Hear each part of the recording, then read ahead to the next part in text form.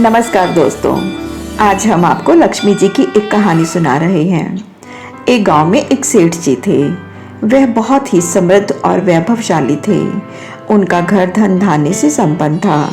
लक्ष्मी जी उनके घर में साक्षात रूप में रहती थी। एक दिन लक्ष्मी जी वहां से ऊब गई और वे वहां से जाना चाहती थी।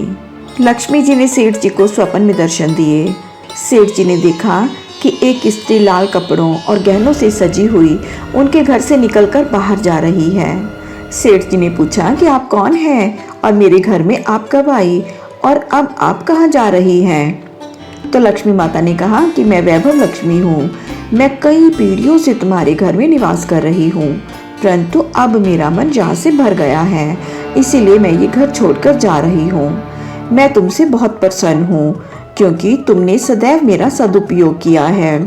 अतिथियों का सम्मान करते हो, ऋषि साधु संतों को तुम भोजन करवाते हो। तुम्हारे घर में भगवान की कथा वार्ता होती रहती है। तुमने गौशालाएं बनवाई, कुएं खुदवाए हैं, कुंवारी कन्याओं के विवाह भी तुमने करवाए हैं। जरूरतमंद लोगों की तुम सदैव मदद करते रहते हो।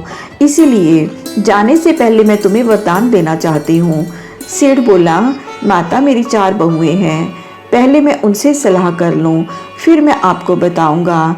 तो लक्ष्मी जी दोबारा आने को कहकर वहां से चली गई। सुबह सेठ ने अपनी 4 बहुओं को बुलाकर सपने की बात बताई। तो बड़ी बहू बोली कि पिताजी, लक्ष्मी जी से अपने घर में अनाज के गोदाम भरवा लो, जिससे घर में कभी भी अन्न की कमी ना हो। दूसरी बहू बोली कि पिताजी, अनाज भरवा कर रखेंगे तो उसमें कीड़ा लग जाएगा, अतः आप तो हीरे जवाहरात के गोदाम भरवा लो। तीसरी बहू कहने लगी कि पिताजी, हम चारों के लिए हीरे मोतियों से भरे 4 सोने के महल मांग लो, जिससे हमारे आने वाली पीढ़ियां भी राज करती रहेंगी। उन तीनों की बात सुनकर छोटी बहू कुछ सोचने लगी। वह मध्यम वर्ग से थी और धार्मिक प्रवृत्ति की भी थी। उसने कहा कि पिताजी, यदि लक्ष्मी जी हमारे घर से जाना चाहती हैं तो अवश्य जाएं, परंतु उनसे आप ये कहिए कि हे माँ, हमारे घर के सभी सदस्यों में आपस में प्रेम और सद्भावना बनी रहे, सद्बुद्धि बनी रहे। हमें इस काबिल बनाए रखना कि हम ऐसे ही जरूरतमंद लोगों की सदैव मदद करते रहें। हमारे घर में हमेशा भगवान की कथा हवन होते रहें, ऐसे ही अतिथियों का सत्कार होता रहे। हम इसी प्रकार हमेशा दान पुण्य करते रहें, गौशालाएं बनवाते रहें, गरीब कन्याओं की शादियां करवाते रहें। हे माँ, हमें इतना सामर्थ्यवान बनाए रखना। सेठ जी छोटी बहू की इस चतुरता और समझदारी से बहुत खुश हुए। अगले दिन लक्ष्मी माँ जब फिर से उसके सपने में आई तो उसने छोटी बहू की कही हुई सभी बातें माता से कह दी। इस वरदान पर माता चौंक गई और कहने लगी कि ये तुमने क्या मांग लिया?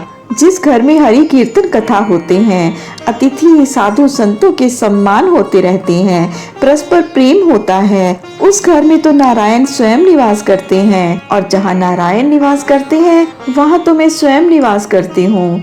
तुमने तो मुझे हमेशा के लिए अपने घर में रहने पर विवश कर दिया। इस प्रकार लक्ष्मी माता सदैव के लिए सेठ के घर में रह जाती है। बोलिए लक्ष्मी माता की जय। दोस्तों, आपको आज की ये कहानी कैसी लगी कमेंट बॉक्स में अवश्य बताएं।